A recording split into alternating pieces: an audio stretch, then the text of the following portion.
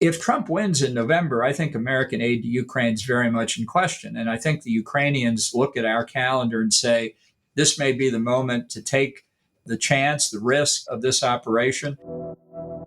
That was Ambassador John Bolton discussing possible geopolitical consequences of a second Trump term. It's one of the many topics we talked to him about. We discussed Iran, Russia, as well as the worst meal he was ever served as a diplomat. You're listening to One Decision, the podcast that looks at the choices that shape our lives. I'm your host, correspondent Christina Ruffini, and I'm also here with former MI6 chief Sir Richard Dearlove. And stick around for after the conversation where Sir Richard and I dig into some of the issues and also talk a bit more about the upcoming election. Ambassador Bolton, thank you so much for joining us. I know we're a little short on time today, but we've got obviously a ton to talk about because it is never a dull day in this current news cycle. I think we want to start with Iran. There's some reports out today and yesterday saying it's looking now like Tehran might hold back on its retaliatory strike against Israel for the assassination within its borders. What's your take on that? Do you think that's accurate? And why do you think we haven't seen a strike from them yet? Well, I think it's actually advantageous to Iran in this moment to have an excuse not to make a decision exactly how to respond. That this ceasefire negotiation, which I ultimately don't think is going to go anywhere, gives them time to solve or to try and solve a very difficult problem, which I would frame this way. The assassination of Ismail Haniyeh by the Israelis was a humiliation for Iran, a real blow to their credibility. I mean, here's a senior leader of one of their terrorist proxies killed in Tehran, their capital, in a secure compound by a bomb apparently planted 2 months before he was killed. And that is a signal by Israel, which hasn't taken responsibility, but which everybody thinks is responsible. That's a sign by Israel that they can get anybody in Iran they want, up to and including the supreme leader. So in order to restore credibility and their capacity to constrain Israel, I think Iran has to conclude this time that they need a very strong blow against Israel. The attack in April with the 320 drones and missiles for a variety of reasons didn't cause much damage. But do you think that was strategic? I mean, it struck me as kind of a formality. They had to respond, but they didn't quite want to tip the scales with that attack in April. Was that a serious attack or was that a show? Well, there are a lot of different opinions on that. There's reporting in the Wall Street Journal and CBS at the time that of the 120 ballistic missiles that Iran fired, half never made it close enough to Israel to get shot down. They either blew up on the launch pad or crashed before getting there. Now, if that's true, that means Israel's very lucky, because if there had been 120 ballistic missiles, not just 60 in the air over Israel, the damage would have been different. But in any event, whether it was staged or it just failed, the April attack didn't accomplish much. So this time, I think the pressure is on Iran to really take a strong blow. On the other hand, they have to be very worried that in the current circumstances, Netanyahu and the Israelis, faced with a second attack, might be resistant to American pressure not to respond vigorously themselves. And they would have to worry that this time Netanyahu might finally say, I'm going after the nuclear program, or I'm going after the oil terminals on the Persian Gulf, or some very, very serious targets. So Iran has a real dilemma, I think, on its hands. And getting a little bit more time to try and figure out what to do, I think, helps them out. Yeah, I agree with your analysis, John. But do we really believe that this was a bomb planted 2 months in advance? I mean, given that, the complexity of organizing that as an operation, I just, the mind boggles. It seems to me much more likely it was a strike, but I don't know. I mean, I read that and I just thought, as a professional with my background, to do that is incredible. Absolutely incredible. It's a great story. And, people think the Mossad is 10 feet tall. And if they think they're 10 feet tall, they might as well be. Yeah, they're not. But, they have all the skills and faults of humankind. Back to what you were saying about Netanyahu not possibly being able to be restrained by the U.S. again if there's another Iran strike.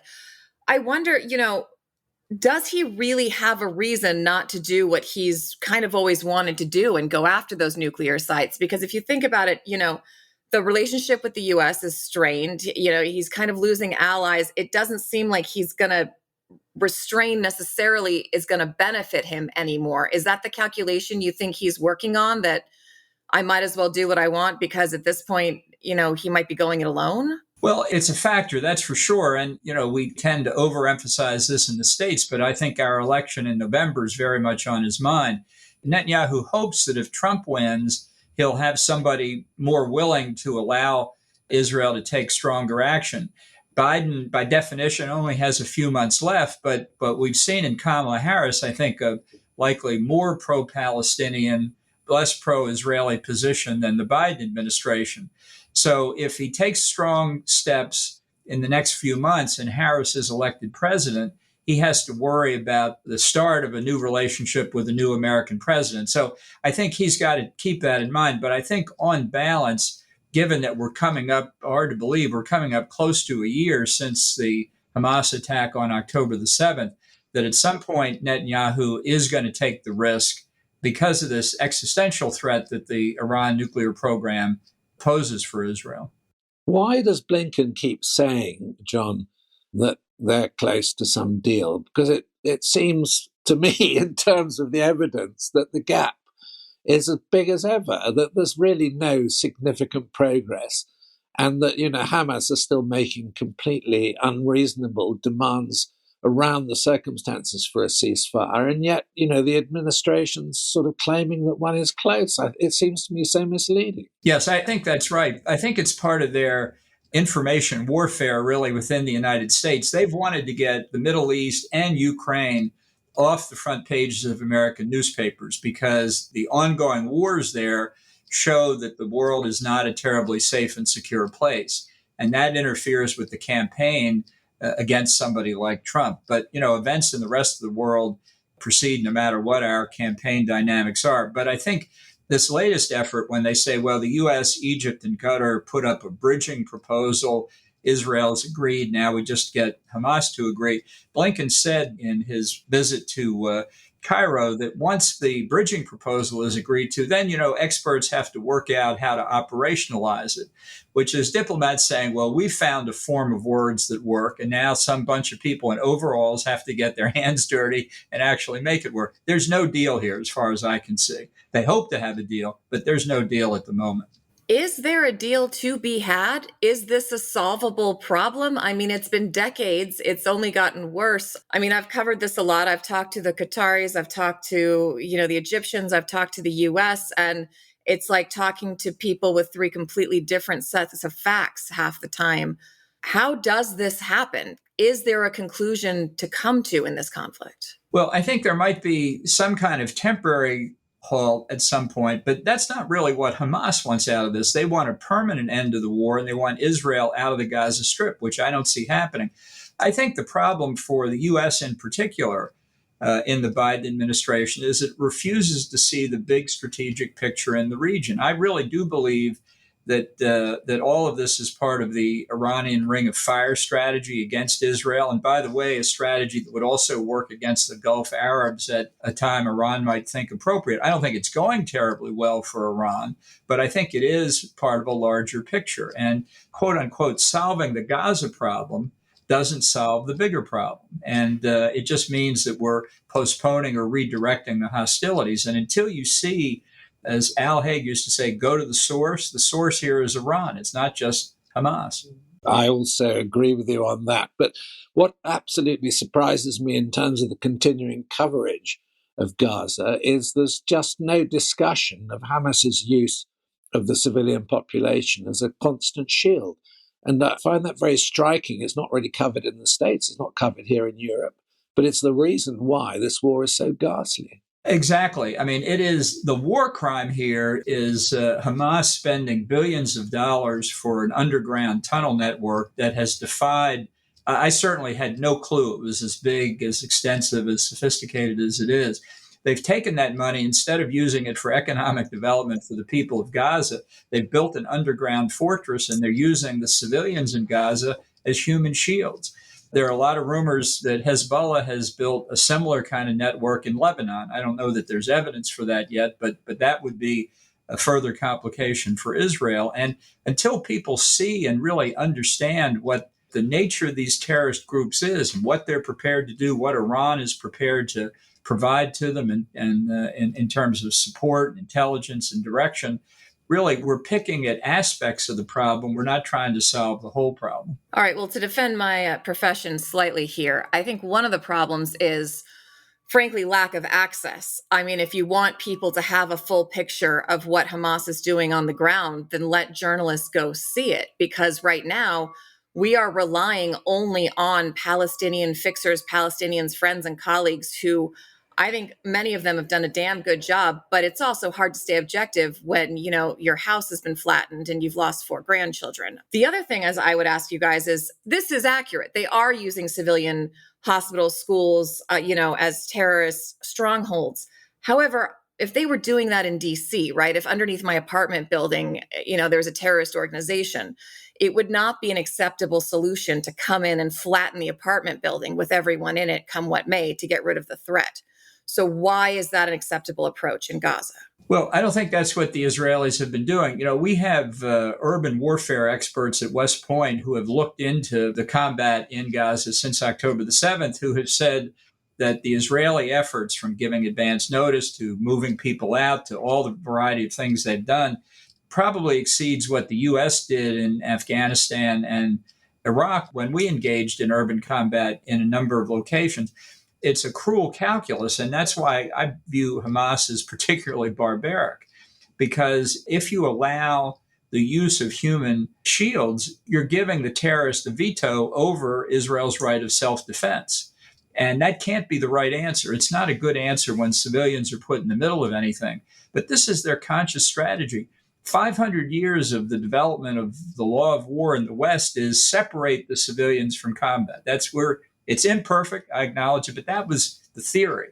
The theory of Hamas is put civilians right in the center of the conflict, right between us and the Israeli guns. And the victims are the civilians. But the cause of their victimization is Hamas. Yeah, I've just written a piece and said exactly the same thing as you're saying, John, about mixing the civilian population with the military conflict. And I certainly find that analysis convincing. What do you do about the propaganda coup that comes after, though? Because at some point it's almost feeding into the Hamas strategy, right? Because they do the thing, Israel takes out, there are civilian casualties, and then it spirals because then it can, the images are horrific and then it can be spun. There's no other way to do this? I mean, obviously, I'm not a military strategist. I'm assuming there would be, it would be used if there were another way to do this. But is there a way to beat not only the tactical war, but to win the propaganda war as well when you're going after an entrenched terrorist group in an urban area like this? It is pretty amazing to me that the Israelis have been outmatched by Hamas and Iran in the propaganda war. It didn't happen to the U.S. in Afghanistan or Iraq, and there was a lot of coverage of places like Fallujah and Mosul, maybe less in Afghanistan.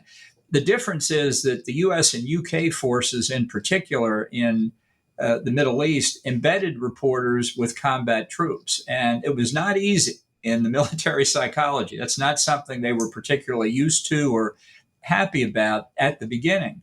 But I think while it certainly posed some problems for the military, it turned out to be very effective because the reporters were right there and could see it with their own eyes. Now, in this conflict in Gaza, I think most of the real danger is underground. And so the Israelis have been very reluctant to bring reporters down there when there's simply no way to provide adequate protection. It's the most brutal, dangerous form of combat, really, that one can imagine, because when you're in the tunnel, there are not many places you can go. So it's been the nature of going after Hamas in part that has led to the problem of explaining it, because the combat is in places you can't see. John, can we move on to Ukraine? Sure. And the really surprising incursion into Russian territory. How do you assess where we are now with our assistance to the Ukrainians and in terms of the state of the conflict between these two important opponents? Well, every time you think the performance of the Russian military can't get any worse, it does. The Ukrainians found a seam in their defenses. Obviously, the Russians were not expecting this kind of attack. The Ukrainians took advantage of the terrain. They've used tanks now for the first time, I think, effectively in open combat, not this slugging it out trench by trench that they've been engaged in the Donbass. They've seized a not insignificant amount of territory. The question is, both for them and the Russians, where do the Ukrainians get these troops from? Did they pull them out of the line in Ukraine? Have they weakened their position in the Donbass? Are they now subject to Russian attacks there? Yeah, is that clear? I haven't quite figured that out. Is that known or is that an open question? I think it's an open question. I'm not aware of it, but the same problem attaches to the Russians because there have been reports they have taken some of their troops out of the Donbass to move them up into the Kursk region to counterattack. So this position of forces now is different, I mean, by definition, but who has the advantage? I don't know. I think the Ukrainian political win here has been very significant. They've invaded Russia for the first time in 75 years. Everybody in Russia can see this. There have been reports of drone attacks on Moscow, which the Russian government has said were totally unsuccessful. But the point is, Ukraine has now done something they've been asking to do for a long time, taking the war into Russia. And I think it's going to have a significant effect. I do think they've got to be worried that if the Russians counterattack and they're driven out of Russia, they will lose some of the propaganda advantage. So how much territory they try and hold, I wouldn't be ambitious. They've gained apparently several hundred Russian prisoners, which they can exchange for Ukrainian prisoners. It's a big success so far. And, you know, as Clausewitz used to say, you got to decide what the culminating point of victory is. And don't stop too short, but don't go too far. And I just worry here they may go too far. But overall, Richard, coming to your bigger question there, if Trump wins in November, I think American aid to Ukraine is very much in question. And I think the Ukrainians look at our calendar and say, this may be the moment to take the chance, the risk of this operation. If it's successful, maybe it will help sway public opinion in America. People will say, we haven't been wasting all this aid for 2 years. The Ukrainians can achieve victory.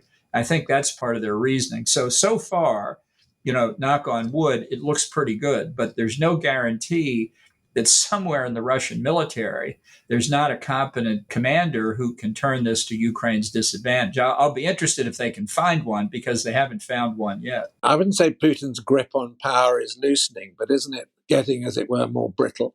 It strikes me that his vulnerabilities must be increasing because even friendly media now, you know, supportive of the regime, which is most of the Russian media, are beginning to say some pretty tough things to the Russian public. Yeah, I think I agree with that. I don't think there's at this point a serious threat to Putin. There is no opposition effectively organized inside Russia. A lot of it fled in the early days of the war or otherwise eliminated.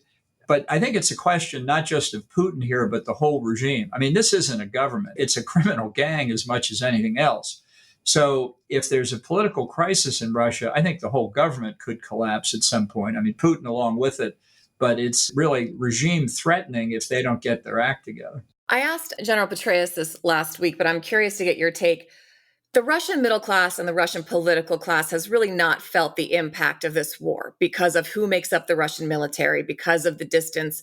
They're not really the ones fighting it. And I'm wondering if, as you start to see, maybe not middle class, but, you know, working class Russians being pushed out of their homes, Russians losing territory, if there's a chance that public opinion turns enough about this so-called military operation that it does start to make Putin recalculate? Or do you think that's just too far down the line? I don't think it's impossible at all. I'm not sure we're at that point. It depends on whether the Ukrainians can maintain this position or whether they appear to suffer some defeat as they leave. I really think they've made their point, and I think it will have an impact inside Russia. But the West, I mean, there are many, many things to criticize about the West's overall strategy, the U.S., NATO, and others. And one thing to criticize is the ineffectiveness of the sanctions. The oil sanctions is badly designed, as much worried about not increasing oil prices, gasoline prices in Europe and the U.S. as in constraining the Russians. And the result is we may have kept our price at the pump of gasoline down, but the Russians are still making enough money off their sale of oil and gas to keep the war going.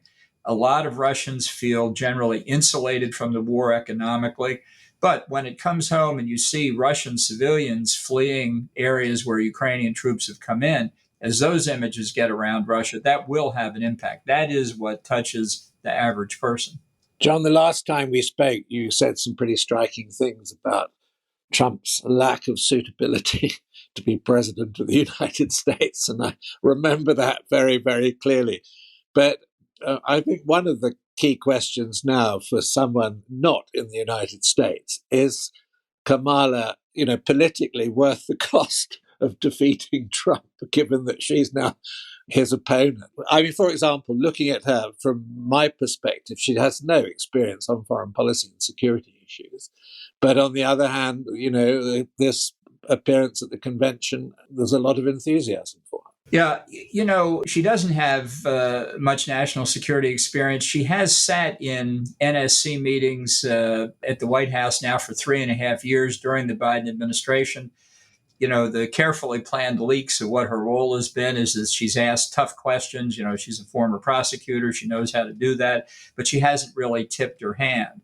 Vice presidents have different ways of performing their roles. Dick Cheney, when he was vice president, in NSC meetings and other meetings, was unhesitating in expressing his opinion. Sometimes he agreed with President Bush, sometimes he didn't. Obviously, the president always makes the decision. Yeah, I witnessed that myself. Other VPs have been more restrained. My guess is that if she's elected for, I'll just pick an arbitrary time, the first year, she will largely follow the trajectory of the Biden administration because that's what she's been immersed in for the last 3.5 years.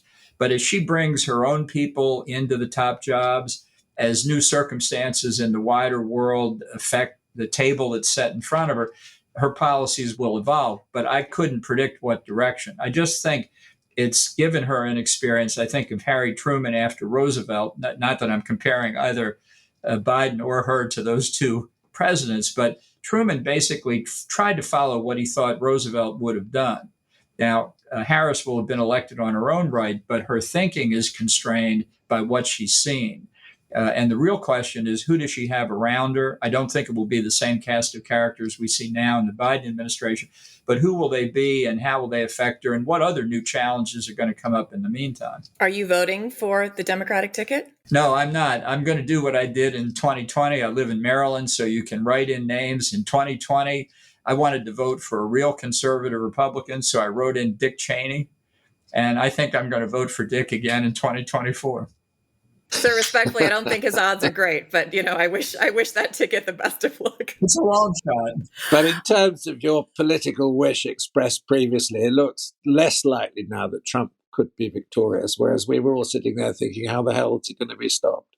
Yeah, look, I think right now it's even. I mean, I think Harris has stopped the falling off the edge of the cliff, which is what Biden was doing. There's now speculation Robert F. Kennedy Jr. may withdraw, throw his support to Trump. I don't know that necessarily means his voters go to Trump. A lot of them may just stay home. Some may vote for Harris. It's their feeling, it's the Kennedy camp feeling that they're taking votes away from Trump. On balance, they may be right, but still it's hard to predict what his withdrawal will do. I mean, I think we're faced with a third election in a row for president that's going to be very close. It's a divided country. I still think it's a center-right country, but the Trump aberration has affected how people are voting. And best guess 2 months out is it'll be very close. And at this point, nobody can call it. On that, I mean, as someone who lives in D.C. and lived through the last election and lived through January 6th and covered all of it, how do you think the Trump camp reacts if they lose, if it is close, which is it expected to be? Is he going to go quietly into that good night, or do we have another round of shaking your head? I mean, I did see reports that the Harris campaign has already hired almost double the number of lawyers in preparation just for this. But what do you think he would do if he lost? Well, I think he'll deny that he lost. He'll claim it was stolen. He's coming up with what the reasons are that the election was stolen from him.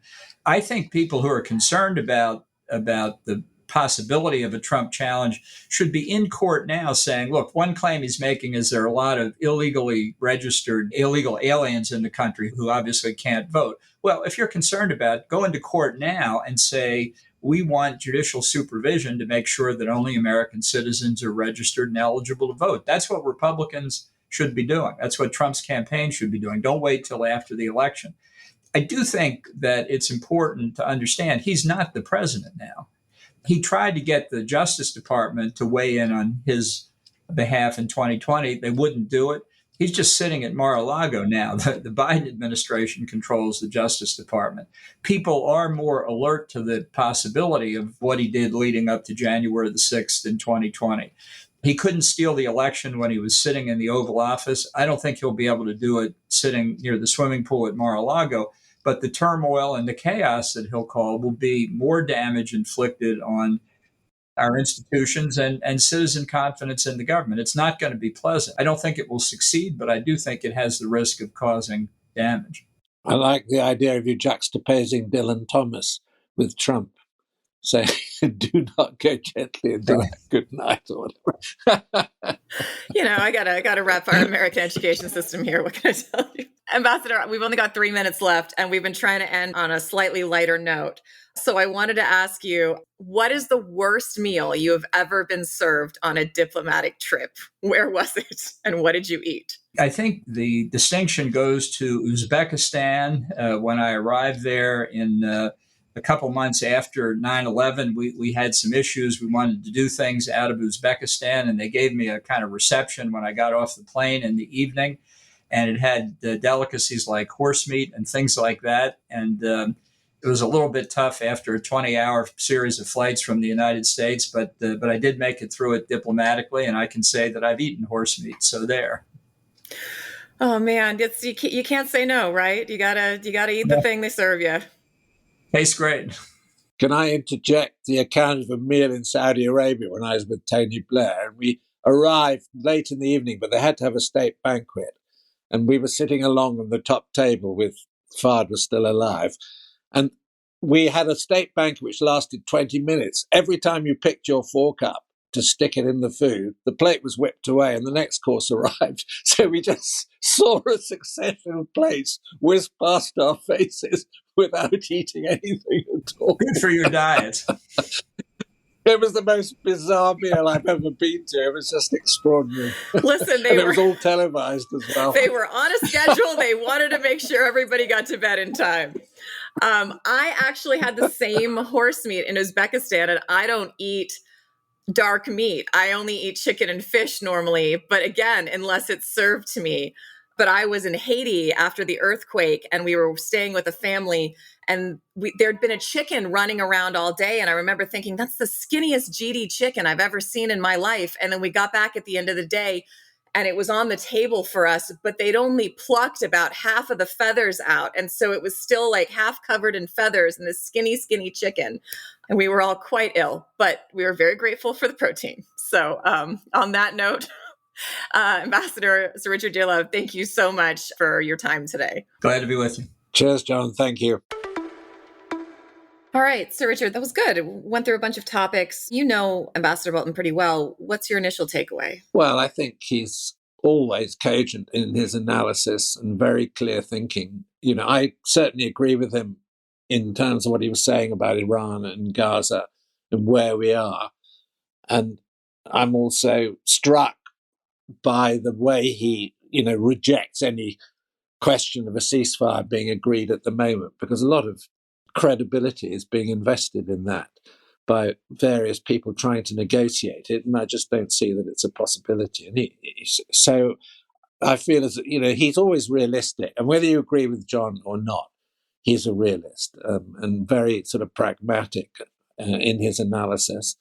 That was quite striking. I thought what was interesting is he was less stridently anti-Trump this time than when the last time we spoke to him. He really scared me last time. He was very measured. Yeah, I've read, he's had some pretty outright things to say about his former boss in the past. When you're talking to a former national security advisor and he's telling you things about what it was really like working for Trump and how he felt that his duty was to go in there, do the job and try to make the situation better, and how he completely gave up. It was extraordinary. I mean, it was a sort of unique experience to hear him talk like that. And he didn't do that this time. And he was quite measured and quite careful in what he said about, the presidential prospects for the election and, Kamala's rise. I think what's intriguing me about Kamala at the moment is how quickly the story about her has changed. Is this an efficient PR campaign by the Democratic Party? You know, have they got a really great machine that sort of turned around the perception of her, or have we underestimated her all along? I'm really curious about this transformation of her political reputation so rapidly. And to give her her due, when you hear her speak now, she sounds pretty damned impressive. She must have upped her game. I guess she has a lot of help and a lot of coaching, but she's doing a pretty convincing job in terms of her public image. It's been really interesting to watch because when she was chosen as VP, those of us who covered her in the Senate and, kind of knew of her but didn't know her very well, thought she was a great pick because she'd just come off the Supreme Court hearings where she'd done some very pointed questionings of Brett Kavanaugh, and she was kind of a rising star. And then, for better or worse, she's kind of disappeared a little bit into the vice president's office. There have been lots of stories about staff turnover. They've given her a couple tasks, including the border, and they haven't really gone anywhere. And so to your point now, watching her come center stage and so far do pretty well. And for me, watching the groundswell, especially online, social media, it is, I think, a combination of both a very effective Democratic messaging operation that I don't know where they've been the past 4 years. Were they dozing in the back? All of a sudden, they've got this very smart operation. And maybe just the momentum of anyone else, any other option, anyone who's not an octogenarian is just really, they're going with it. But I was just saying to somebody else, and we talked about this a little bit, when I vote, because I know how this works, I tend not to vote for the principal as much as I vote for the staff that is coming in with them. And that's something that I think people who are voting for Trump this time may not realize is the John Boltons, the Steve Begans, the Mike Pompeos are not coming back with him this time. They've all kind of decamped. So the people in the office giving that advice, making those recommendations are going to be very different. And I'm wondering if that concerns you even more than the principal himself. Yeah, it concerns me a lot. And I think you put your finger on it. But you have this inside knowledge to an extent. I have a bit of inside knowledge. And the people you mentioned, you could include people like Jim Mattis as well. These were high quality, really talented, experienced people. Yeah. And the prospect of Trump with them around him didn't seem quite so bad. I have to confess now, I know nothing about, Trump's current national security team. And if someone like, Vance is going to be influential in it, and I mean, some of the stuff that Vance is saying is just off the charts. He's certainly made an enemy of every angry single cat lady, dog lady journalist in D.C. I'm not sure that's really what he wanted to do ahead of an election. I was also thinking about some of his comments about, foreign policy in particular. They're just crazy. And for someone who's actually been in the U.S. Marine Corps, it just strikes me as very, very odd, but very peculiar. These people are weird. And it's the weirdness and the lack of assurance of sensible people being close to them. Because, I mean, Trump's first foreign policy team and the key people who were in his entourage then were actually heavyweights. They were grown-ups. They were Republicans that people knew. Yeah. Yeah, and we've always assumed that the Republican Party would be grown up and sensible when it came to foreign policy and international security. Now, that role, at least to an extent, has been captured by Biden and Biden's advisors. Okay, you may not disagree with them, but they haven't done anything crazy. I mean, in a way, Blinken's been quite impressive, and current head of CIA's, these are people who I respect. Yeah, it'll be interesting to see who stays on. I think you said you think Blinken stays on. I think he doesn't stay on. I think he's exhausted. And I think, his wife has a high profile job in the administration as well. They've got young kids. I think that one of them would like to see before they grow up. I'm not sure his undying loyalty to Biden extends to Harris, and not like in a malicious way, just in, it might be a good opportunity for him to take a breather. I don't have any kind of read on Jake Sullivan. I'd be curious to see if he sticks around again. I think Chris Coons would really like to be Secretary of State. I don't know if that happens. One of the worrying things that, John dropped during the podcast, was the impact of Trump on Ukraine. The situation has not improved in any way in terms of what Trump might do. And, the implication of the way that John phrased that, they might actually have got worse, and that, Trump will be there trying to do a deal with Putin as quickly as possible at the cost, in my opinion, of Western security. This, to me, as a European in the general sense, is the crucial issue of the US presidential election. I mean, I'm sure it isn't for American voters, but looking at that, it's very, very worrying indeed. All right, on that positive, uplifting note, I think we're out of time for this week. But Sir Richard Dearlove, thank you very much. And hopefully we'll talk again soon. Yeah, Christina, thank you. Most enjoyable and interesting discussion. That's it for this week's episode of One Decision. Our thanks to Ambassador John Bolton and Sir Richard Dearlove. From the whole team here, thanks for listening, and we'll see you next time.